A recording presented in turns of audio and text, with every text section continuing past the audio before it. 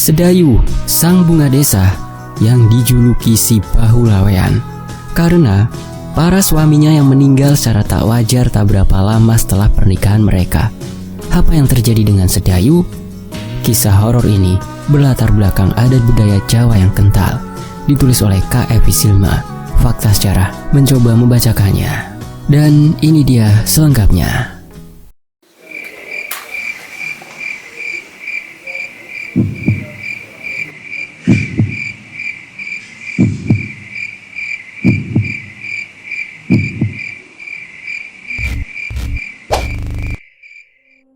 Sementara itu Nyai Sumirah memutar tubuh sang putri setelah melautkan kancing terakhir di bagian belakang kebaya pengantinnya.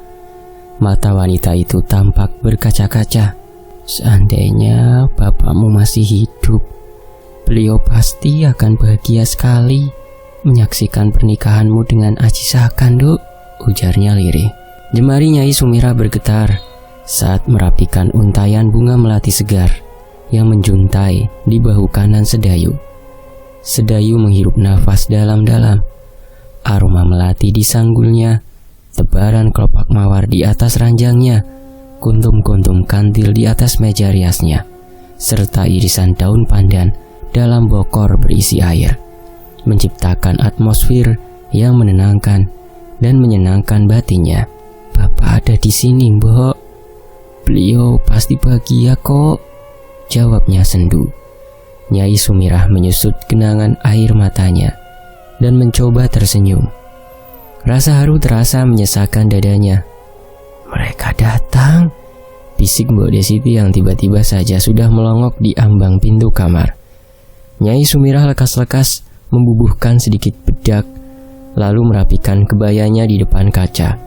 Sang juru rias membantu Sedayu untuk mengenakan selopnya, lalu menuntun gadis itu untuk menyambut kedatangan rombongan keluarga Aji Saka. Rombongan itu terdiri dari iring-iringan 8 buah kereta kuda yang penuh sesak dengan penumpangnya. Aji Saka dan kedua orang tuanya berada di dalam kereta yang terdepan, disusul oleh saudara kandung dan para kerabat di belakang mereka. Kereta pertama berhenti di depan pintu rumah Nyai Sumirah yang meriah dengan hiasan janur kuning dan rangkaian bunga-bunga segar dalam pokor kuningan yang besar. Dari dalam rumah, Sedayu memandangi calon suaminya dengan hati berdebar kencang. Perasaan bahagia, gugup, cemas, dan malu membuncah jadi satu, menciptakan bulir-bulir keringat di dahi dan hidungnya yang sudah terpulas rapi dengan riasan wajah. Aji Saka melempar senyum sembari menganggukkan kepala kepada tiap mata yang menatapnya. Ia tampak tenang dan berwibawa. Para tamu undangan berbisik-bisik mengagumi ketampanan calon mempelai pria itu. Satu persatu, para tamu mulai memasuki rumah dengan membawa bermacam hantaran untuk Sedayu. Penata rias menggandeng tangan Aji Saka untuk dipertemukan dengan Sedayu yang sudah duduk bersimpu di atas karpet, siap melangsungkan ijab kabul. Kamu cantik sekali calon istriku, bisik Aji Saka saat ia bersiap duduk di sebelah Sedayu. Pujian itu membuat pipi Sedayu memerah. Ia menunduk, menyembunyikan senyum malu. Tak berselang lama penghulu pun tiba. Ijab kabul segera dilaksanakan dengan Pak Lek Suwito, paman Sedayu, yang menjadi wali bagi Sedayu. Ijab kabul itu pun terlaksana dengan baik. Kedua mempelai bertatapan mesra. Aji Saka mengecup kening Sedayu yang kini telah resmi menjadi istrinya.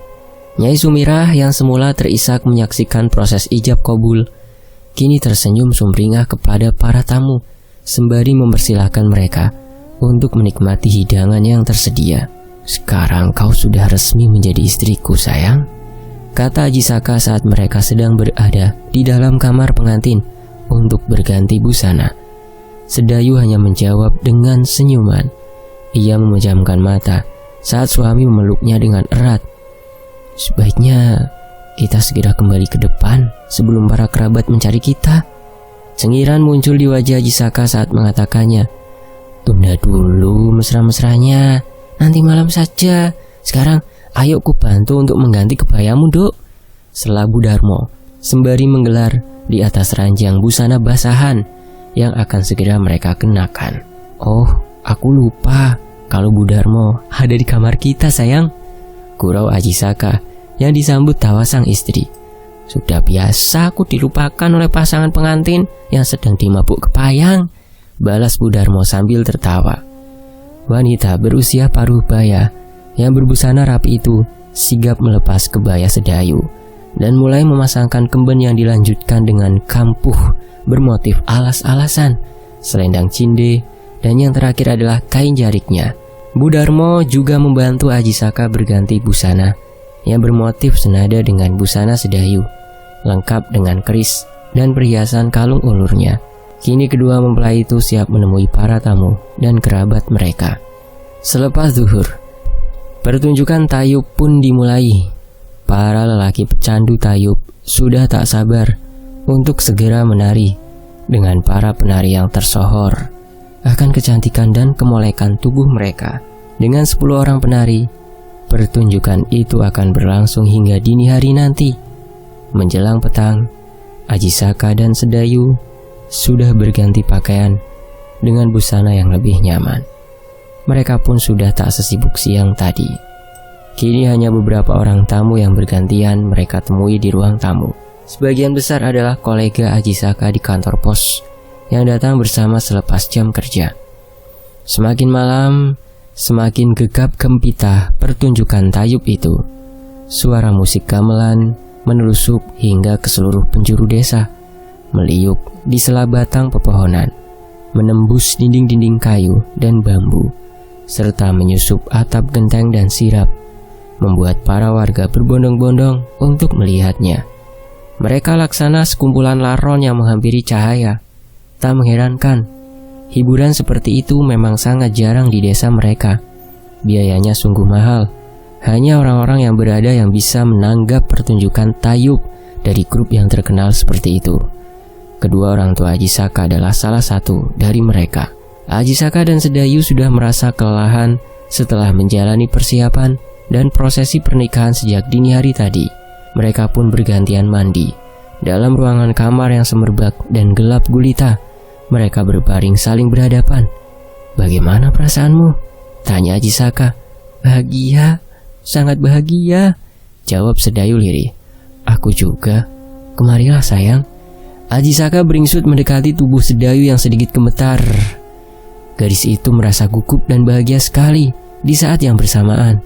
Ajisaka mulai melepaskan satu persatu kain yang melekat di tubuh istrinya. Di depan rumah, suara tabuhan gamelan semakin menggila. Pasangan pengantin baru itu mulai kehilangan kendali hingga mereka tak menyadari ada selarik asap hitam yang keluar dari punggung Sedayu dan kini membentuk sosok hitam di pojok kamar. Di sisi lain, setelah selama sepekan tinggal di rumah orang tua Ajisaka, Sedayu pun meminta kepada suaminya untuk tinggal di rumah ibunya saja. Ia beralasan ingin tetap belajar melukis bersama teman-temannya di balai kelurahan dan membantu sang ibu berjualan di pasar. Ajisaka sama sekali tak keberatan dengan permintaan sang istri. Toh jarak rumah itu ke kantor pos tempatnya bekerja tak begitu jauh. Mereka pun akhirnya tinggal bersama Nyai Sumirah dan Said. 2 pekan berlalu, Nyai Sumirah merasa lega karena tak pernah melihat lagi keganjilan perilaku Sedayu. Putrinya terlihat begitu bahagia menjalani rumah tangganya. Ajisaka pun menunjukkan sikap sebagai seorang menantu yang baik.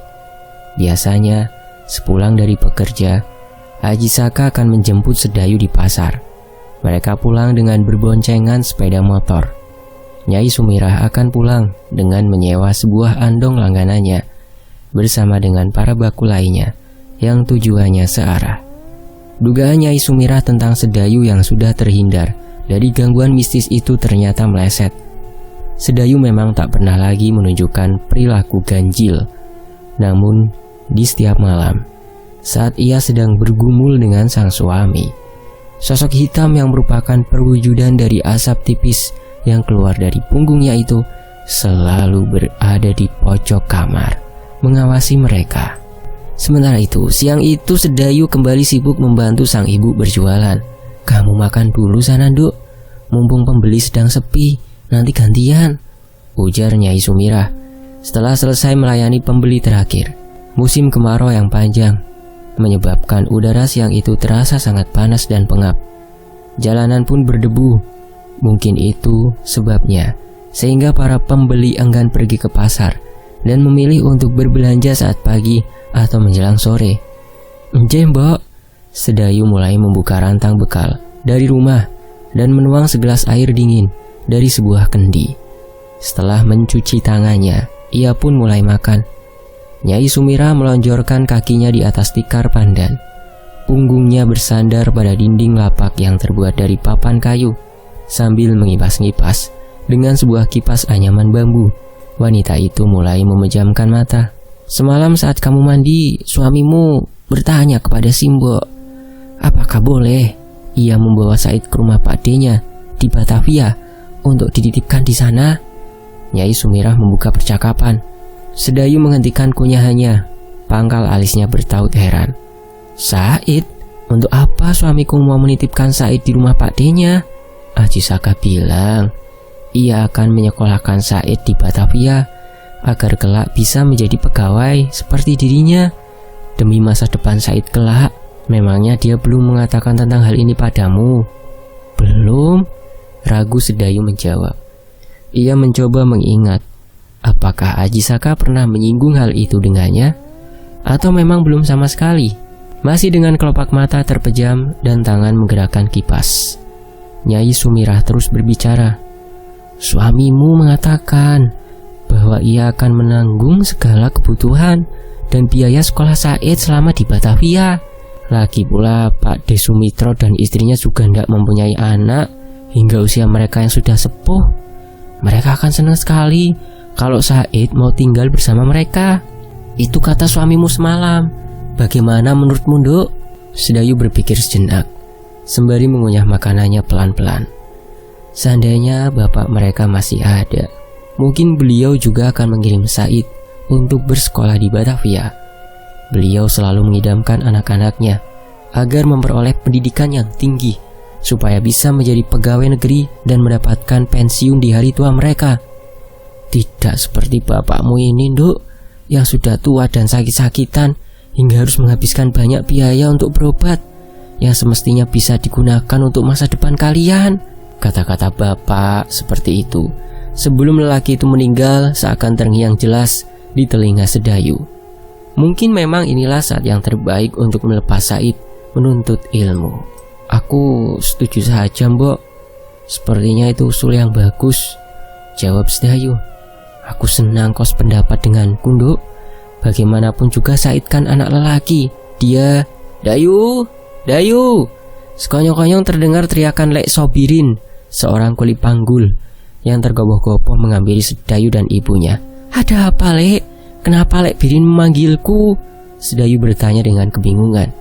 "Iya, Rin, ono opo?" timbal Nyai Sumirah. Mereka serentak berdiri dan memandangi lelaki berkulit legam yang bertelanjang dada itu. Lek Sobirin memandangi Sedayu dan ibunya berganti-ganti. Raut wajahnya terlihat panik, cemas, dan ketakutan. "Suamimu, yuk, suamimu, buruan pulang!" teriak lelaki itu dengan nafas memburu. Peluh berleleran di sekujur tubuhnya. "Duh Gusti, kenapa dengan Kakang Aji Saka?" tanya Sedayu dengan panik. "Iya, kenapa, Rin?" Nyai Sumirah ikut bertanya. "Pokoknya kalian pulang saja," jawab Sobirin yang seperti enggan menjelaskan. Karena posisi Sedayu dan Nyai Sumirah sedang jualan, para bakul dan pembeli yang mendengar perkataan Sobirin juga ikut panik dan saling kasak-kusuk kebingungan. "Sudah, kalian segera sana pulang, biar aku bantu tutup lapaknya." Mbok Diem menawarkan bantuan. Tanpa pikir panjang, Sedayu langsung berlari mencari Andong untuk pulang, disusul dengan Nyai Sumirah yang tergopoh-gopoh di belakangnya. Di dalam hati, Nyai Sumirah meratap, cobaan apa lagi yang harus mereka alami? Perjalanan dari pasar menuju rumah serasa berabad-abad lamanya bagi Sedayu dan Nyai Sumirah. Andong belum sepenuhnya berhenti saat Sedayu memutuskan untuk cepat-cepat turun. Kepanikan Sedayu kian menjadi-jadi saat melihat kerumunan warga di dalam rumah ibunya hingga ke halaman. Mereka saling berbisik-bisik dengan tatapan prihatin. "Mana suamiku? Mana? Kang Haji Saka!" teriaknya seraya menghembur ke dalam rumah. Tatapan mata Sedayu bersirobok pada Said yang duduk di sebuah kursi di sudut ruang tamu dengan pandangan kosong. Nyai Sumirah menghampiri putranya dan mendekapnya dengan lembut. Sedayu merangsek ke dalam kamarnya yang sudah penuh dengan para tetangga. Mereka menepi untuk memberi jalan bagi Sedayu agar dapat mendekat ke ranjang tempat Haji Saka dibaringkan. Sesampainya di dekat ranjang, rasa terkejut yang luar biasa mengguncang Sedayu. Ia mendekap mulutnya agar tak berteriak atau muntah. Sosok tubuh yang terbaring di atas ranjang itu tampak rusak dan koyak. Darah segar masih menetes, mulai dari kepala hingga ujung kaki. Sedayu hanya mengenali suaminya dari sisa-sisa seragam pegawai kantor pos yang masih menempel. Tubuh yang sudah menjadi mayat itu sungguh mengerikan dan sekaligus mengenaskan. Air mata Sedayu mengalir tumpah ruah, tak terkendali. "Kakang, sampean kenapa, Kang?" ratapnya. Sedayu hendak memeluk jasad sang suami, namun beberapa warga menahannya. Tak kuat menahan perasaan yang terguncang, ia pun jatuh pingsan. Ada yang bilang ia diterkam harimau, tapi mengapa harimau itu tidak memangsanya? Lagi pula cakaran harimau bukan seperti itu. Luka-lukanya lebih dalam dan tidak ada bekas gigitan taring. Sungguh peristiwa yang ganjil. Kejadiannya di tepi hutan. Sepeda motornya pun masih tergeletak di dekat tubuhnya. Bahdi yang menemukannya saat selesai ngarit mencari rumput untuk pakan sapi-sapinya. Nyai Sumirah mengangguk-angguk sambil mengusap air matanya saat mendengar penjelasan dari Pak Dewijil. Ia mengelus-elus lengan Sedayu yang mulai siuman.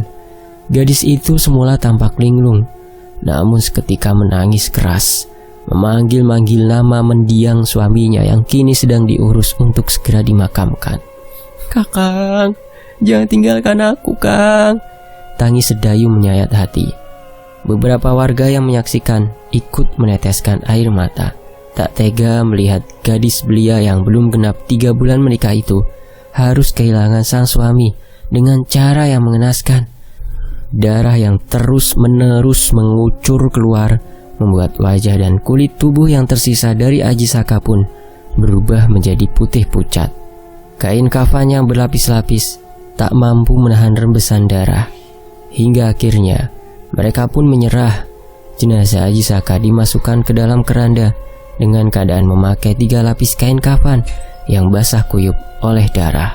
Sedayu yang lunglai tetap memaksakan diri untuk mengantar jenazah suaminya ke tempat peristirahatan terakhir.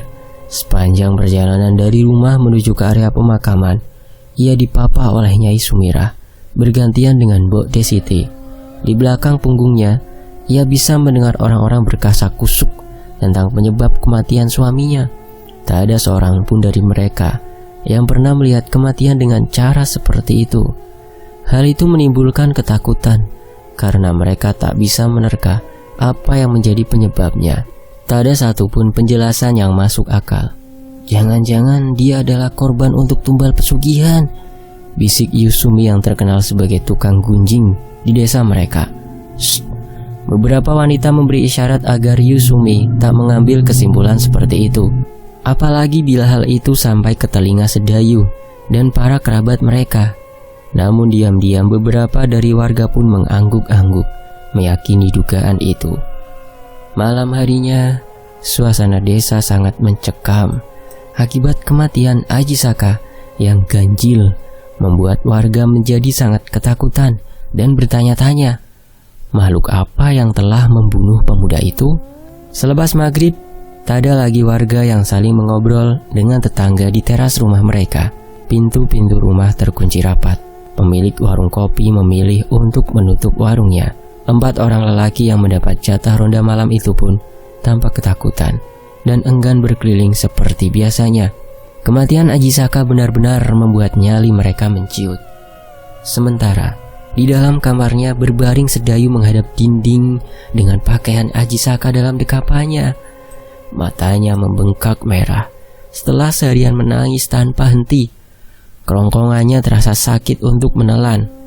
Ia menolak semua makanan yang disuapkan oleh sang ibu. Perutnya serasa bergejolak setiap kali ingatan akan jasad suaminya yang sudah rusak melintas kembali. Lewat tengah malam, ia pun berhasil tertidur. Dalam mimpinya, ia merasa didatangi oleh sosok seorang pemuda tampan. Pemuda yang sama seperti yang selalu menyambanginya sebelum ia bertemu dengan Ajisaka. Pemuda itu tersenyum mesra padanya dan menggenggam erat jemarinya seraya berbisik, "Kamu kembali menjadi milikku, Sedayu." Secara tiba-tiba pemuda itu melangkah mundur. Lalu perlahan-lahan tubuhnya memanjang, mulai bagian pinggang ke bawah. Kedua kakinya menyatu dan meruncing. Tubuh itu terus memanjang hingga beberapa meter. Bukan itu saja, mata lelaki itu berubah berwarna kehijauan dan membulat sempurna, disusul dengan munculnya 2 pasang taring dan geligi runcing pada mulutnya. Rambut lelaki itu memanjang. Dari mulutnya keluar lidah bercabang yang mengeluarkan suara desisan mirip ular. Kedua lengannya mengecil dan memanjang. Lalu kuku-kuku jarinya pun meruncing. Sosok pemuda tampan itu berubah menjadi makhluk setengah ular. Ia menghadang Ajisaka yang melintas dengan sepeda motornya. Makhluk itu menyabetkan ekornya hingga Ajisaka terjungkal. Ia melilit tubuh Ajisaka hingga meremukkan tulang-tulangnya. Setelah itu dengan kuku-kukunya yang panjang, ia mencabik-cabik seluruh tubuh suami Sedayu itu. Sedayu yang menyaksikan kejadian itu pun menjerit histeris. Ia terbangun dalam keadaan tubuh bersimbah keringat dan gemetar hebat.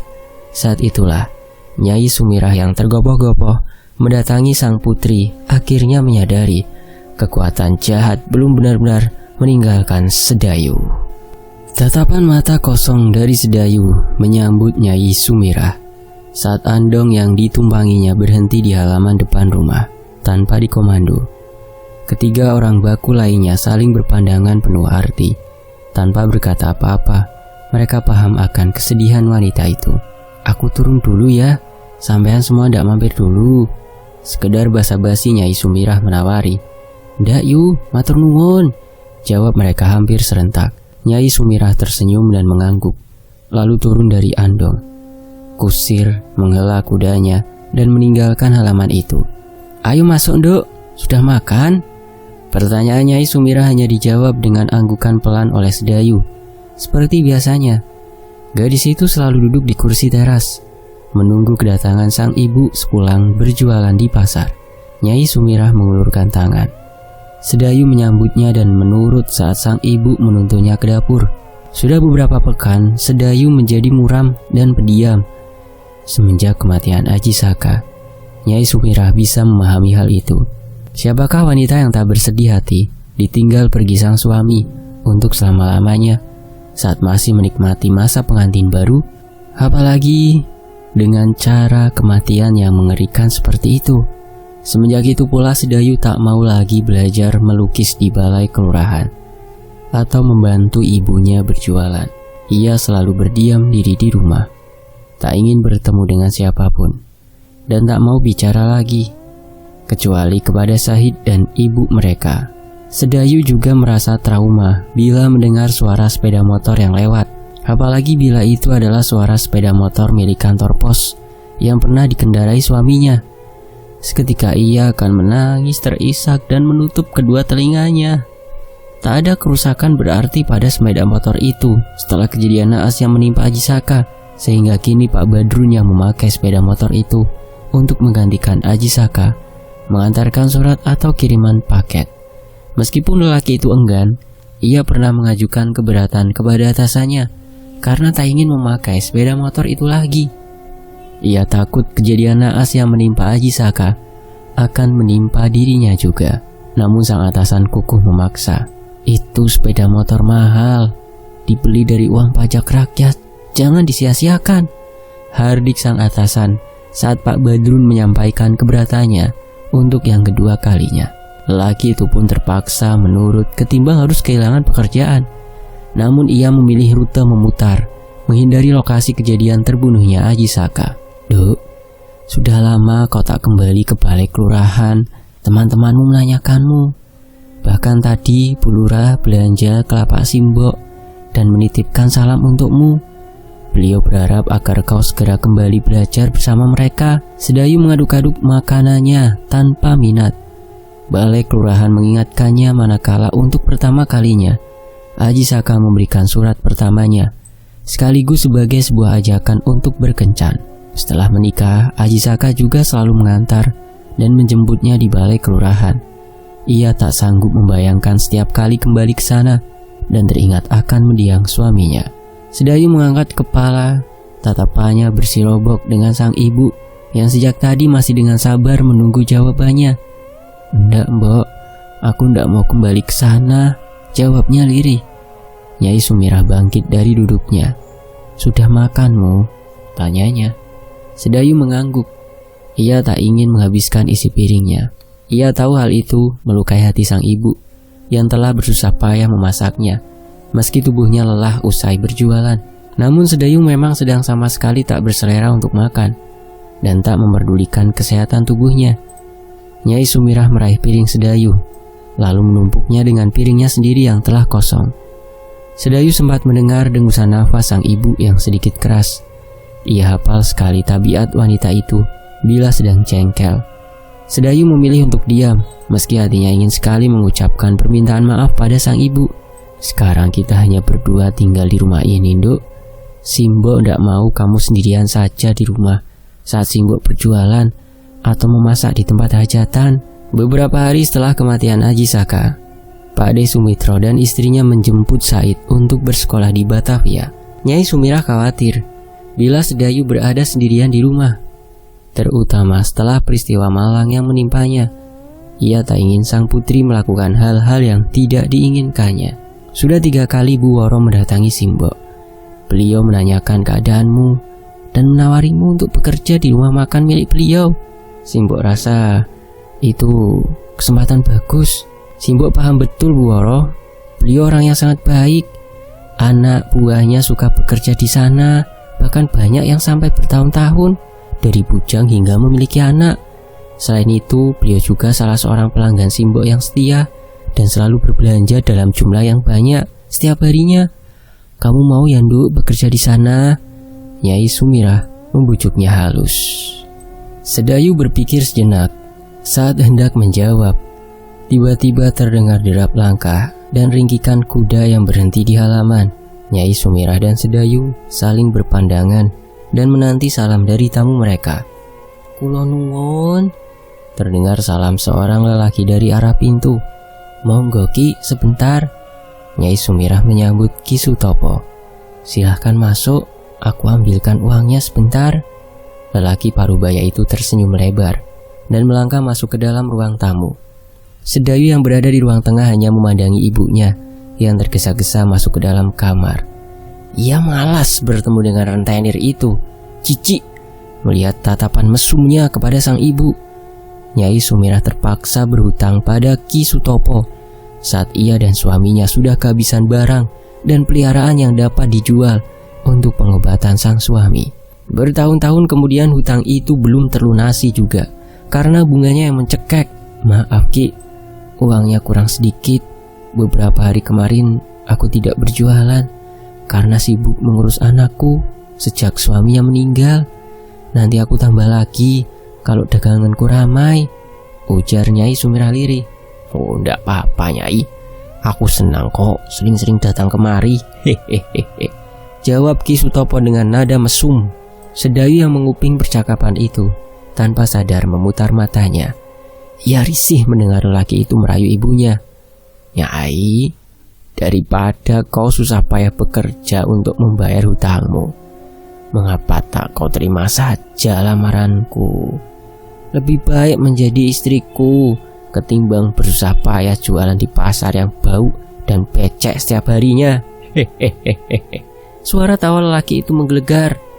"Maaf Ki, istriku Sutopo kan sudah banyak," elak Nyai Sumirah menekan rasa jijiknya. "Aku bisa saja menceraikan mereka semua Nyai. Kalau kamu mau kawin denganku, ujarnya lugas. Lelaki itu menghembuskan nafas. Ia bergairah memandangi tubuh Nyai Sumirah dari balik asap rokoknya yang meliuk-liuk. Maaf Ki, aku ndak bisa. Suara Nyai Sumirah semakin pelan. Ki Sutopo bangkit. Kurang apa aku ini Nyai? Aku sudah mengejarmu sejak kau masih perawan. Namun kau selalu saja menolakku. Meski sekarang sudah menjadi janda. Maaf Ki. Lelaki itu mendekat. Nyai Sumirah melangkah mundur dengan gemetar. Apa kamu mau minta dirudah paksa dulu? Tiba-tiba saja lelaki itu menubruk dan merangkul tubuh Nyai Sumirah yang ringkih. Jangan Ki, jangan! Teriak Nyai Sumirah terkejut. Jangan jual mahal kamu Nyai, bentak Ki Sutopo. Hentikan, pergi kau! Tiba-tiba saja Sedayu sudah berada di belakang Ki Sutopo. Gadis itu menghunus parang yang berkilat-kilat tertimpa sinar lampu minyak. Ki Sutopo berbalik. Ia tampak terkejut, tak menyangka ada Sedayu di dalam rumah. Lelaki itu melepaskan sergapanya di tubuh Nyai Sumirah. Ia tersenyum sinis pada Sedayu. Bocah, kemarin sore aku bahagia mendengar kematian suamimu, pembawa sial. Cih. Lelaki itu meludah ke lantai dan keluar dengan menghentakkan kakinya. Tak lama terdengar derap kaki kudanya menjauh. Nyai Sumirah terkulai lemas di atas kursi. Ia mulai terisak. Sedayu meletakkan parangnya di atas meja lalu memeluk sang ibu. Singkat cerita, hampir 3 tahun sudah Sedayu bekerja di rumah makan milik Bu Woro. Ia yang semula enggan bertemu dengan siapapun, akhirnya memutuskan untuk bekerja di sana selepas kejadian menyedihkan yang dilakukan oleh Ki Sutopo terhadap Nyai Sumirah. Ia berharap semua gajinya bisa sedikit demi sedikit membantu Nyai Sumirah untuk segera melunasi hutangnya. Mereka menyimpan rapat kejadian itu dari siapapun, termasuk Said, agar anak itu tak terlalu risau dengan keadaan rumah. 2 kali mereka mengunjungi Said di Batavia, sekaligus untuk bersilaturahmi dengan keluarga Pak Sumitro. Nyai Sumirah bahagia dengan perubahan sikap Sedayu. Gadis itu kini mulai mau bercakap-cakap dengan orang lain, tidak menutup diri lagi seperti dulu. Orang-orang pun tak lagi membahas perihal kematian Aji Saka yang penyebabnya hingga kini masih menjadi misteri. Namun setidaknya tak ada lagi yang mengingatkan Sedayu tentang peristiwa mengenaskan itu. Hidup pun kembali normal, berjalan seperti biasa, bahkan cenderung membosankan karena tak ada lagi kejadian yang luar biasa di kampung itu. Menjelang waktu zuhur, Sedayu sedang sibuk membungkus pesanan Bu Lurah. Beberapa bungkus nasi dan lauk pauknya disiapkannya untuk makan siang para tukang yang sedang membangun sisi samping balai kelurahan. Sebuah suara terdengar di belakangnya. Suara yang selalu membuatnya bergidik, tak nyaman meladeni lelaki itu. Makan Duk, kayak biasanya. Ayamnya nambah 1, kata siswa. Sedayu membalikan badan dan mulai meracik pesanan lelaki itu di atas piring. Ia hanya diam dan mencurahkan perhatian pada piring di tangannya. Enggan menjawab dan memandang siswa. Semakin diladeni, maka lelaki itu akan semakin banyak omong dan kurang ajar. Senyum dong Duk, sesekali. Jangan cemberut begitu kepadaku. Goda siswa. Hadi dan Tejo yang datang bersama siswa pun tertawa. Mana mungkin dia mau tersenyum kepadamu, Wok? Ujar Hadi yang disambung dengan tawa Tejo. Mau minum apa? Potong Sedayu dengan ketus. Ia ingin segera menyelesaikan pesanan mereka dan beralih ke pelanggan lain. Susu, yang gede. Gelas gede maksudnya. Jawab siswa sambil cengengesan melirik kemben bagian dada Sedayu. Tawa Hadi dan Tejo pun semakin meledak. Wajah Sedayu menjadi merah padam karena marah dan malu.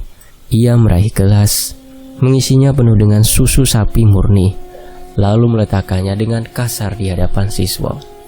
Segera setelah itu ia berbalik menuju ke dapur. Masih terdengar gurauan ketiga lelaki itu saat ia duduk di balai bambu di dapur. Sudah, baikan saja. Mereka emang selalu seperti itu. Pura-pura tidak mendengar saja. Kalau kau kesal, mereka akan semakin senang, Duk. Nasihat Mbok Siem. Wanita itu juru masak di rumah makan Bu Woro. Usianya beberapa tahun lebih tua daripada Nyai Sumira. Sedayu memanggilnya dengan sebutan Mbok D. Kenapa mereka tak bisa bersikap sopan seperti pelanggan lain sih Mbok D? Keluh Sedayu. Mbok Siem hanya tersenyum mendengar pertanyaan itu. Dayu, ada seorang pemuda nyariin kamu. Surti menyibakkan tirai pembatas bagian depan rumah makan dengan dapur. Gerombolan siswa maksudmu? Kamu sajalah yang melayani mereka, jawab Sedayu enggan. Bukan, Surti tertawa. Ini orangnya ganteng kok. Aku belum pernah lihat sebelumnya. Buruan, bisa mati bosen dia nungguin kamu kelamaan.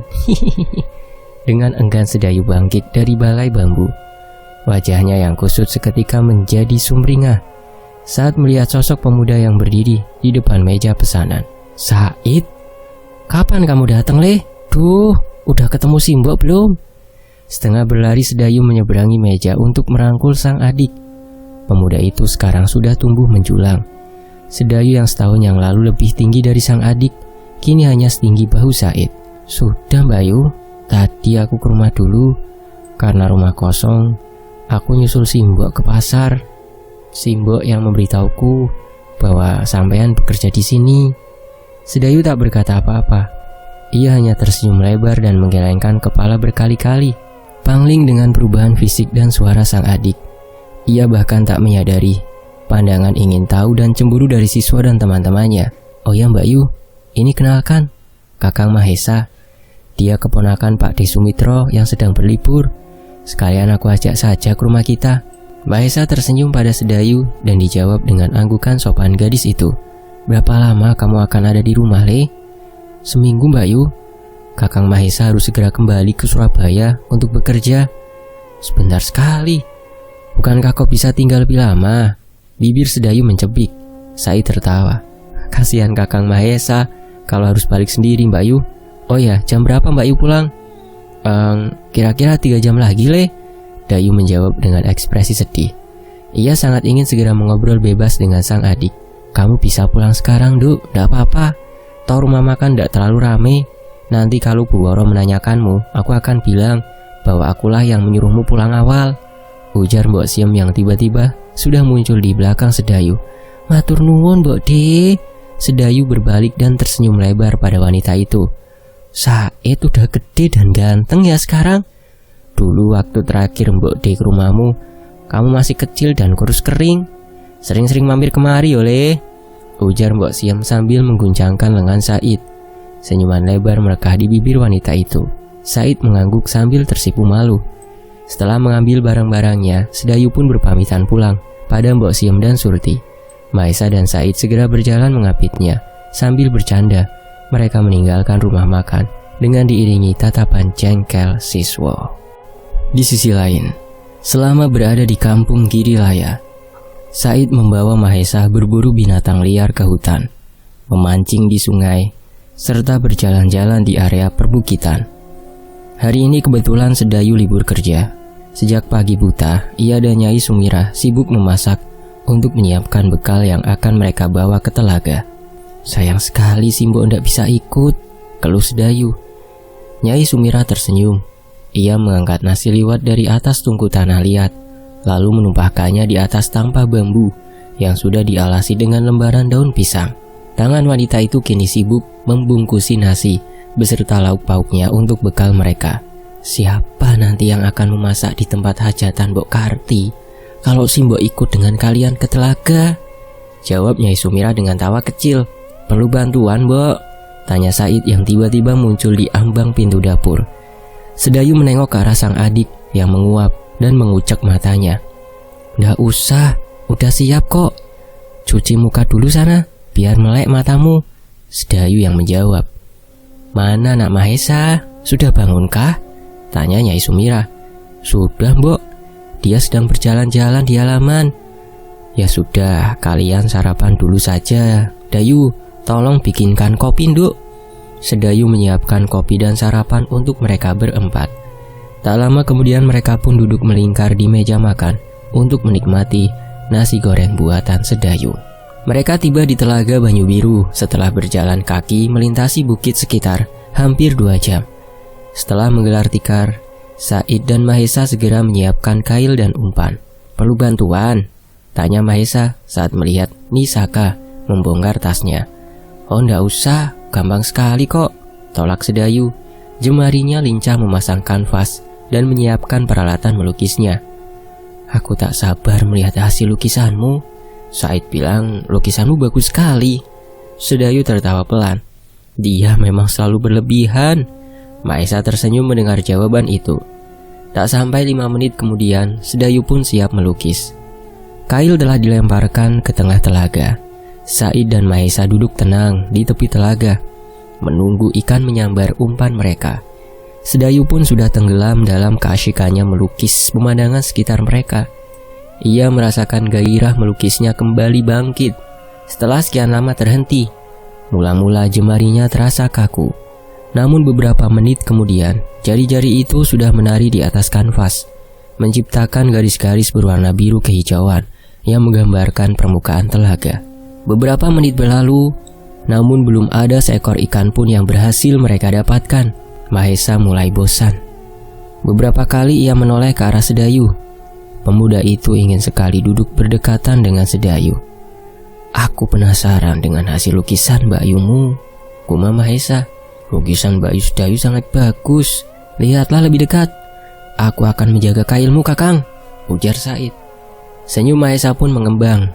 Ia yang semula merasa tak enak hati membiarkan Said memancing sendirian, kini merasa lega karena pemuda itu sendiri justru yang menyuruhnya melihat lukisan Sedayu. "Baiklah, aku akan ke sana sebentar," kata Mahesa. Said hanya tersenyum dan mengangguk. Semilir angin meniup rambut panjang Sedayu hingga membuat beberapa helai rambutnya terlepas dari jalinan kepangnya. Ingin rasanya Mahesa menyematkan rambut-rambut itu kembali ke balik telinga Sedayu. Namun tampaknya gadis itu sama sekali tak peduli. Konsentrasinya tercurah penuh pada kanvas di hadapannya. "Bagus sekali," ujar Mahesa sembari duduk bersila di sebelah Sedayu yang duduk di atas sebuah bangku kecil yang disebut dingklek. "Oh, terima kasih. Hanya lukisan biasa kok, tidak istimewa," ujarnya. "Sejak kapan kau belajar melukis, Sedayu?" Sedayu mengingat-ingat. Beberapa tahun lalu, Kang." Tapi sempat berhenti sejak... Sedayu tak melanjutkan kalimatnya. "Sejak kematian suamimu, bukan?" Mahesa melanjutkan. Sedayu hanya diam dan tersenyum samar. Ia agak terkejut karena Said sampai berani menceritakan masa lalu sang kakak kepada Mahesa. "Aku tahu, Sedayu. Tapi syukurlah sekarang kau mau memulainya kembali. Kau sangat berbakat. Sayang sekali bila bakat itu disia-siakan." Sedayu tersenyum saja dan mengabaikan pujian itu. "Apalagi yang saya ceritakan tentangku selain tentang kematian suamiku?" Mahesa terkesiap. Ia merasa tak enak hati mendengar nada menyindir dari pertanyaan Sedayu. Apakah kau marah karena ia bercerita kepadaku, Sedayu?" "Maafkan aku. Itu kesalahanku. Aku yang mendesak Said untuk bercerita segala hal tentangmu." Sedayu menghela nafas. "Mengapa?" "Entahlah. Awalnya aku hanya tertarik mendengar cerita tentang keseharian keluarga kalian. Namun lama-kelamaan, aku dapat merasakan nada sanjungan setiap kali ia bercerita tentangmu. Ia sangat mencintaimu, Sedayu." "Tentu saja, ia adikku satu-satunya," serga Sedayu agak ketus. Ia masih merasa kesal karena kelancangan Said yang telah mengumbar kehidupan pribadinya tanpa seizin Sedayu. "Bukan karena dia adikmu, Sedayu. Aku pun orang yang belum pernah bertemu denganmu sebelumnya bisa dengan mudah jatuh hati padamu." Pipi Sedayu kontan bersemu merah saat mendengar pujian Mahesa. "Tujuanku sebenarnya datang ke kampung kalian adalah karena aku ingin mengenalmu lebih jauh. Bukan hanya dari selembar foto yang disimpan Said yang diambil saat kalian mengunjunginya di kediaman Pak Adi Sumitro." "Oh, Kakang sudah melihat fotoku sebelumnya?" tanya Sedayu dengan malu. "Tentu saja. Aku datang kemari untuk menemui seorang gadis jelita yang menjadi bunga tidurku setiap malam sejak pertama kali kupandang fotonya." Mahesa berkata dengan sungguh-sungguh. Sedayu menunduk memandangi ujung kuasnya yang basah. Ia merasa sangat jengah dengan percakapan ini. "Kang, dapat ikan, Kang!" teriak Said sambil menarik kailnya mundur. Seekor ikan mujair berukuran lumayan besar di ujung kail tampak menggelepar dan meronta-ronta minta dilepaskan. Mahesa bertepuk tangan, lalu memberikan suitan yang nyaring, membuat Sedayu menutup telinga. "Aku akan kembali memancing," bisik Mahesa. "Oh ya, pikirkan ucapanku tadi. Nanti malam sebelum kau tidur, karena esok pagi kami sudah kembali ke Batavia." Tak menunggu jawaban Sedayu, Mahesa berjalan ke arah Said seraya berteriak-teriak senang. Sedayu menghela nafas dalam-dalam dan menghembuskannya pelan. Ia tak tahu lagi harus bersikap seperti apa. Mahesa memang pemuda yang menarik dan karismatik. Namun saat ini, Sedayu belum siap untuk menjalin hubungan lagi dengan pria manapun. Di sisi lain, Sedayu sedang memotong-motong sayuran saat terdengar suara sepeda motor Pak Badrun berhenti di halaman rumah makan. Tak lama, Surti menghampiri Sedayu dengan membawa sehelai amplop berwarna putih. "Kamu dapat surat, yuk." "Dari siapa?" Sedayu menoleh ke arahnya. "Apa ndak ada nama pengirimnya di bagian belakang?" tanyanya heran. Surti tersipu malu. Setelah dekat dengan Sedayu, ia pun berbisik, "Aku ndak bisa baca tulis." Sedayu tersenyum maklum. "Kalau begitu kamu harus belajar baca tulis di balik kelurahan, Ti, seperti aku dulu," sarannya. Surti mengedikkan bahu. "Udah males yuk, lebih enak cari duit seperti ini." "Oh ya, dari siapa surat itu? Tumben kamu dapat surat." Surti benar-benar penasaran. Ia bahkan menunggui Sedayu untuk membuka surat itu. Surat itu jelas untuknya, meminjam alamat warung makan Bu Woro. Sedayu membalik amplop itu. Tertera dengan jelas nama Mahesa di sana. Berikut alamat sebuah kantor percetakan di kota Surabaya. Tulisan tangannya sangat rapi dan tegas. Ditulis dengan huruf Latin dengan tinta berwarna hitam.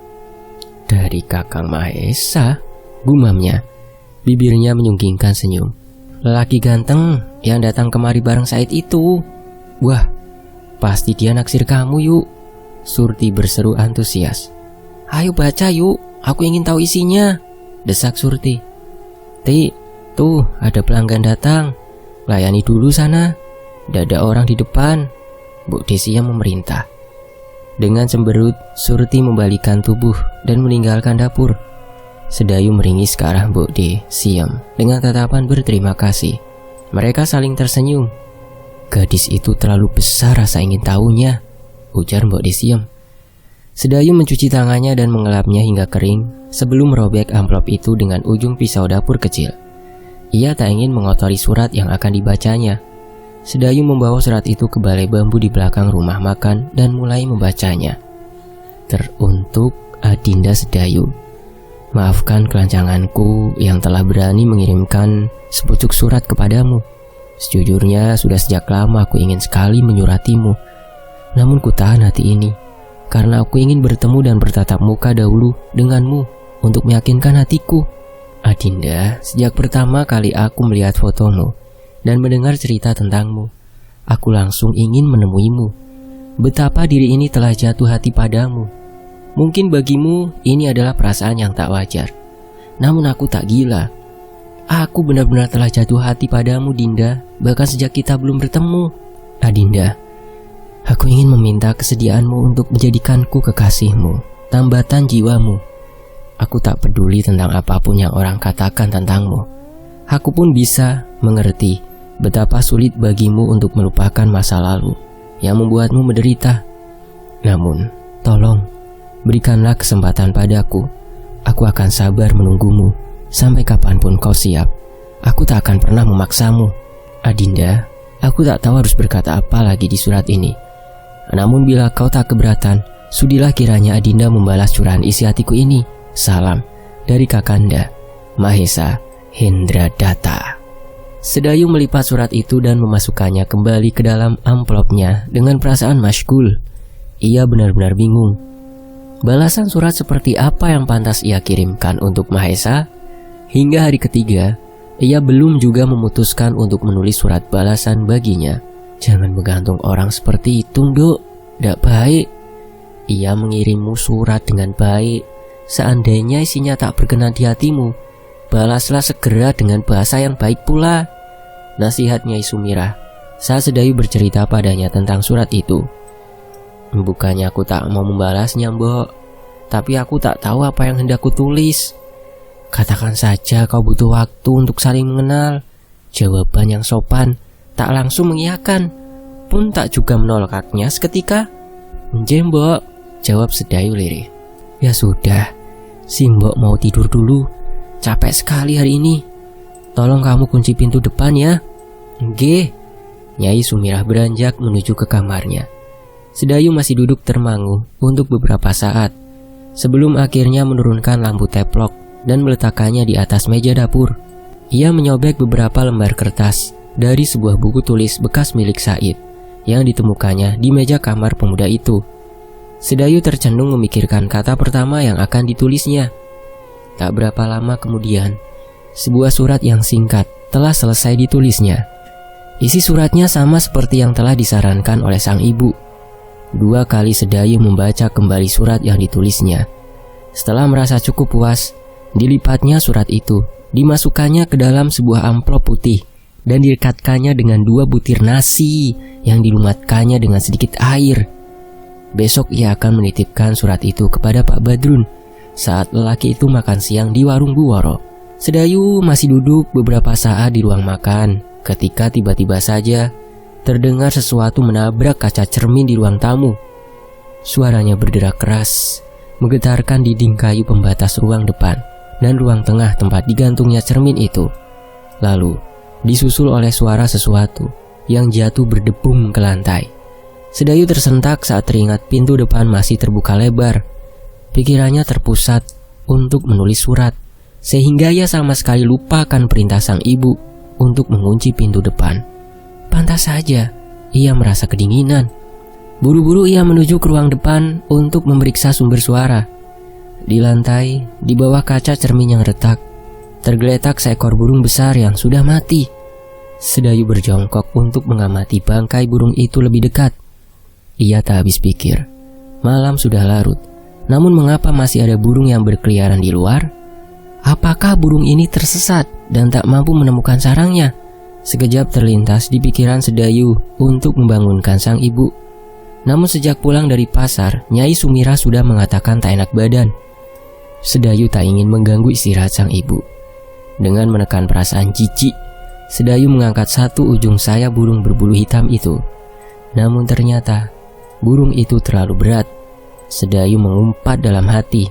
Dengan sangat terpaksa ia menggunakan kedua tangannya untuk mengangkat sayap burung itu. Sedayu dapat merasakan kulit di bawah permukaan sayap burung itu masih terasa hangat. Burung itu mati dengan leher patah dan satu mata yang pecah karena menghantam kaca cermin. Dengan mengendap-endap, Sedayu membawa bangkai burung itu ke halaman rumah. Ia hanya akan meletakkannya begitu saja di bawah rumpun-rumpun melati dan berencana menguburkannya besok saja. Sementara itu, angin dingin menderu menimbulkan suara berisik kerosak dari dedaunan di halaman rumah. Sedayu mendongakkan kepala. Bulan tampak tertutup awan hitam yang berarak. Sepertinya sebentar lagi akan turun hujan. Sedayu bergidik, kedinginan. Ia segera berjongkok dan meletakkan bangkai burung itu di antara rumpun melati. Ia hanya ingin lekas-lekas masuk ke dalam rumah. Saat ia bangkit, tiba-tiba dari kejauhan ia melihat seekor kuda yang berlari menuju rumah ini. Semakin dekat, semakin jelas terlihat bahwa kuda berwarna hitam itu berjenis kelamin betina dan tengah hamil besar. Sedayu terpana. Ia tak pernah melihat kuda ini di antara kuda-kuda milik para tetangga terdekatnya. Selain itu, kuda ini tampak yakin sekali berlari menuju rumah Sedayu, seakan ia tak tersesat. Sekitar sejarak 3 meter di dekat Sedayu, kuda betina tanpa penumpang itu pun terhenti. Ia bergerak-gerak ke sana kemari dengan gelisah. Kuda itu terus-menerus mendengus, seperti menahan rasa sakit. Perutnya yang besar tampak berkilat-kilat tertimpa cahaya bulan yang pucat. Kulit di bagian perut kuda itu tampak bergerak-gerak liar. "Apakah sudah waktunya kau akan melahirkan?" tanya Sedayu dengan suara lirih. Ia tak ingin Nyai Sumirah terbangun. Kuda itu mulai meringkik-ringkik seolah meminta pertolongan. Sedayu kebingungan. Ia tak tahu harus melakukan apa. Ia tak punya pengalaman mengurus kuda yang akan melahirkan. Beberapa saat ia berdiri tanpa melakukan apa-apa. Matanya nanar menatap kuda yang mulai bertingkah liar itu. Sedayu berpikir cepat. Lebih baik ia membangunkan ibunya saja. Sedayu pikir mungkin Nyai Sumira tahu cara menghadapi situasi seperti ini. Ia berbalik, hendak berjalan menuju pintu. Namun tiba-tiba, ia seperti merasa mendengar suara seseorang. Ya, suara manusia. Tolong aku, kata suara itu. Sedayu menelengkan kepala, mencoba mendengar lebih jelas dari mana suara itu berasal. Suara itu seperti teredam, berasal dari tempat yang jauh. Sedayu bergidik, ia membeku di tempat. Sedayu masih berdiri di tengah-tengah halaman yang gelap. Suara di kepalanya berteriak agar ia segera masuk ke dalam rumah dan mengunci pintu rapat-rapat. Namun hati kecilnya berbisik agar dia tetap berada di sana. Kuda itu sangat membutuhkan bantuannya. Sayup ia mendengar suara lolongan anjing saut menyahut di kejauhan, menggigitkan bulu roma. Kuda itu tetap mendengkus-dengkus dan berputar-putar dengan gelisah. Irama ketukan ladamnya semakin cepat dan berisik. Sedayu semakin kebingungan. Tiba-tiba saja kuda itu ambruk ke tanah dengan ringkikan yang menyayat. Debu mengepul di sekeliling tubuhnya. Sedayu terpekik dan spontan berjongkok menyentuh perut kuda itu. Keempat kaki kuda itu menggapai-gapai tanpa daya. Dari moncongnya terdengar suara seperti mengorok. Kuda itu sekarat. Kelopak matanya melotot. Namun hanya terdengar dengkusan nafas pelan dari moncongnya yang setengah terbuka. Sedayu merabai perut kuda itu. Di bawah telapak tangannya, ia merasakan sesuatu bergerak-gerak di balik kulit perut kuda itu. Apakah bayinya akan lahir dengan selamat? Bagaimana caranya? Pikiran Sedayu sungguh kalut. Ia tercenung. Ia mencoba memikirkan solusi yang terbaik. Ia bangkit perlahan dan hendak memanggil Nyai Sumira. Krek. Terdengar suara seperti sesuatu yang terobek. Sedayu berbalik cepat. Seketika ia terkejut saat menyadari bahwa suara robekan itu berasal dari perut bangkai kuda itu. Krek, krek, krek, krek. Robekan itu semakin panjang dan melebar.